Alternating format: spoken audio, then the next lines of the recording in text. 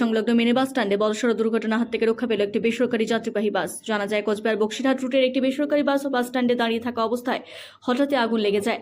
এরপর মুহূর্তের মধ্যেই বাসের ভেতরে ছড়িয়ে পড়ে আগুন। ঘটনার সূত্র আরও জানা যায়, বক্সিরহাট থেকে কোচবিহার ফিরে বেসরকারি বাস স্ট্যান্ডে গাড়িটি যাত্রীদের নামিয়ে পার্কিং করানো হয়। তারপর কিছু সময় বাদেই হঠাৎ বাসের ভেতর আগুন লক্ষ্য করেন আশপাশের লোকজনেরা। বাসের ভেতরে দাউ দাউ করে জ্বলতে থাকে আগুন। এরপর বাস স্ট্যান্ডের আশেপাশে থাকা লোকজনেরা তা নেভানোর চেষ্টা করে। এরপর খবর দেওয়া হয় দমকল বিভাগ এবং পুলিশকে। ঘটনাস্থলে দ্রুত এসে পৌঁছে দমকলের একটি ইঞ্জিন। এরপর দমকল কর্মীদের চেষ্টায় আগুন নিয়ন্ত্রণে আনা সম্ভব হয়। তবে কী কারণে বাসটিতে হঠাৎ করে আগুন লাগে তা এখনো স্পষ্ট নয়। তবে প্রাথমিকভাবে ধারণা, বাসের ভেতরে শর্ট সার্কিটের থেকেই ওই অগ্নিকাণ্ড ঘটে থাকতে পারে।